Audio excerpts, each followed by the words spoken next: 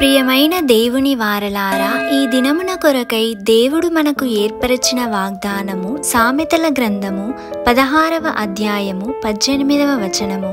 నాశనమునకు ముందు గర్వము నడచును, పడిపోవుటకు ముందు అహంకారమైన మనస్సు నడచును. ప్రియమైన వారలారా, గర్వము అనేది మన జీవితంలో ఎంతగానో పతనానికి దారితీస్తుంది. తప్పిపోయిన కుమారుని యొక్క ఉపమానము మనందరికీ తెలుసు. తండ్రి చాటున ఎంతో చక్కగా ఎదిగిన కుమారుడు అన్నీ సమృద్ధిగా ఉండి కష్టమంటే ఏమిటో తెలియని వాడు తన మనసులో గర్వించి తండ్రి ఆస్తిలో భాగమును ఇమ్మని అడిగి తీసుకొని దూరదేశానికి ప్రయాణమై వెళ్ళాడు. అక్కడ తన ఆస్తి అంతటిని దుర్వ్యాపారం వలన పాడు చేశాడు. ఆస్తి అంతా ఖర్చైన తర్వాత ఎన్నో ఇబ్బందులు పడి ఆ దేశస్థుల్లో ఒకని చెంత చేరి పందులను మేపేవాడిగా పనిచేశాడు. చూశారు కదా, గర్వము వలన తన స్థితి ఎక్కడ నుంచి ఎక్కడికి వచ్చింది అనేది. కాబట్టి నాశనమునకు ముందు గర్వం వస్తుంది, పడిపోవుటకు ముందు అహంకారమైన మనసు వస్తుంది అని వాక్యము సెలవిస్తుంది. దేవుని యొక్క ఉచితమైన కృపచేతనే మనందరము కూడా రక్షించబడి ఉన్నాము. అంతేకాని మన గొప్పతనము లేక తెలివి వలనను కాదు. నేను గొప్పవాడిని, బలవంతుడను, ఐశ్వర్యవంతుడను, విద్యావంతుడను, జ్ఞానవంతుడను, నాకంటే గొప్పవారు ఎవ్వరునూ లేరు అనే ఇలాంటి గర్వము సాతాను మన మనసులలో ఎంతగానో ప్రోత్సహిస్తుంది. ఒకవేళ మనము ఐశ్వర్యవంతులమైన దేవునికి మహిమ, విద్యావంతులమైతే దేవునికి మహిమ, జ్ఞానవంతులమైనా సరే దేవునికే మహిమ. అంతేకాని మనలో గర్వమును రానియకూడదు. మనందరము ఈ లోక సంబంధంగా మనము కలిగి ఉన్న దేని పట్ల కూడా అతిశయింపకూడదు.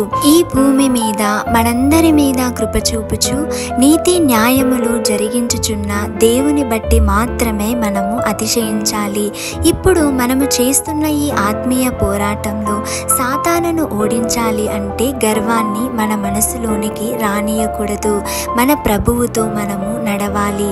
దేవునికి, ఆయన వాక్యానికి లోబడి ఉండి అపవాది మనలో తీసుకువచ్చే గర్వాన్ని ఓడించాలి. కాబట్టి దేవుని కృప వల్ల మనము ఎంతగా హెచ్చింపబడినా సరే గర్వమును మనలోనికి రానియకుండా మన ఎడల తన చిత్తము జరిగించుచున్న దేవుని స్తుతించుచు దేవుడు మనకు తోడుగా ఉన్నాడని మనము అతిశయించాలి. ఆయన సన్నిధిలో మనందరము కూడా సహాయము పొందుకోవాలని ప్రార్థిస్తాము. ప్రార్థన. పరిశుద్ధుడవైన దేవా, కృపగలిగిన తండ్రి, మీ పాదములకు లెక్కలేని స్తోత్రములు చెల్లిస్తున్నాం ప్రభువా. ఈ ఉదయకాల సమయములో తండ్రి ఈ రీతిగా మమ్ములను హెచ్చరించినందుకు మీకు వేలాది వందనములు యేసయ్యా.